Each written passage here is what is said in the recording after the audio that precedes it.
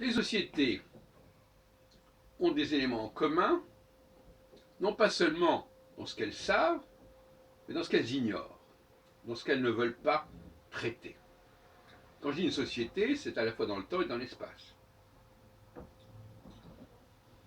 Il est un peu normal que l'on, parce que j'ai dit par ailleurs, qu'on évacue certains sujets.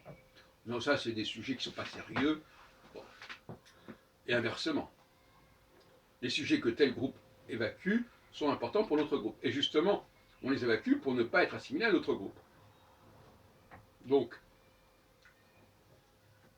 ce que l'on apprend, un groupe va dire que tel sujet ne l'intéresse pas, est off limits. Parce que justement, il veut se démarquer d'un autre groupe pour qui ce sujet est important. Donc on s'aperçoit que les groupes affirment leur identité par certains rejets. Rejets qui ne sont pas forcément agressifs, mais qui sont tout simplement l'indifférence affichée. Ça ne nous intéresse pas, ce sujet. On le met à côté, on ne veut pas en entendre parler. Par exemple, bon, moi j'appartiens au milieu astrologique au départ, à un moment donné, les astrologues disaient on ne veut pas entendre parler du tarot. C'est pas bien pour un astrologue de faire du tarot. Puis après, ça a changé. Et puis il y a d'autres milieux qui disent on ne veut pas entendre parler de l'astrologie. C'est pas bien de s'intéresser à l'astrologie, c'est pour le peuple, c'est pour les idiots, pour les demeurés, etc. Etc. etc. Ou pour les juifs de dire c'est pas bien de savoir des choses sur les évangiles. C'est pas bien de mettre son nez dans le Nouveau Testament. C'est pas bien d'être au courant des débats propres au christianisme. Etc. etc. Donc chacun a décidé qu'il avait des bêtes noires, qu'il allait écraser ou qu'il n'avait pas voulu, qu'il ne voudrait pas fréquenter en tout état de cause. Liste noire des sujets qu'on ne veut pas aborder ou des gens qu'on ne veut pas fréquenter. Et on sait que ça peut avoir des conséquences graves. Par exemple, quelqu'un, l'autre jour, lors d'un café philo McDo, qui me dit mais qu'est-ce que vous savez au niveau de la vie sportive? Effectivement, nous avons tous fait des choix. Les gens qui sont passionnés par la vie sportive, c'est pas le haut du panier intellectuel. Hein. Les intellectuels, ils se diraient, bon, bien qu'il y ait des exceptions, mais enfin, ils ont autre chose à faire que de s'intéresser à tel et tel match de foot. Donc déjà, parler trop de football, par exemple, c'est déjà une façon de se marquer et de se démarquer. Et donc, il y a déjà un problème de classe à parler ou pas d'un certain sujet.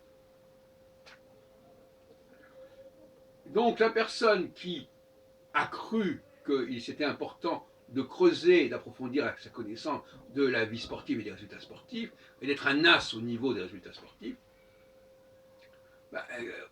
elle va s'apercevoir que dans d'autres groupes, on n'en a rien à foutre.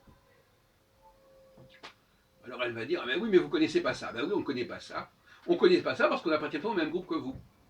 Donc dans votre groupe, c'est important. Alors restez avec votre groupe, mais ne croyez pas que notre groupe a besoin de ça. Cela dit, dans certains cas, c'est un tort. Je l'ai parlé dans une autre vidéo, il y a des fois où tel groupe a tort de ne pas considérer tel sujet. Mais en tout cas, le fait de le considérer ou de ne pas le considérer, c'est déjà une marque d'appartenance. Et changer de groupe, c'est aussi changer, bien entendu, des priorités culturelles que l'on considère. Soit accepter de s'intéresser à ce qu'on avait laissé de côté, soit au contraire, laisser de côté ce à quoi on s'était intéressé antérieurement. C'est le prix à payer pour ce que j'appelle l'intégration horizontale, pour passer d'un groupe A à un groupe B. Et de la même façon, au niveau des époques, c'est pareil. C'est ce qu'on appelle les problèmes transgénérationnels. Telle génération s'intéresse à ceci et plus à cela. Et inversement. Donc pour se démarquer de la génération d'avant, on va dire ça je m'y intéresse alors qu'eux ils ne s'y intéressaient pas, ou ça je m'y intéresse pas alors qu'eux ils s'y intéressent. Etc. Voilà, vous comprenez le jeu. pourquoi pas? Ça me paraît logique. Mais il faut maîtriser le sujet, il faut savoir quelles sont les règles du jeu à ce sujet. Et puis il faut savoir aussi que d'un point de vue cyclique, certaines priorités correspondent à une certaine phase et pas à la phase suivante, et inversement. Je l'ai expliqué, priorité de la sélection des meilleurs en phase 1, dans une certaine théorie cyclique que je défends, et priorité d'élimination des éléments les plus indésirables ou les plus pesants dans la phase 2.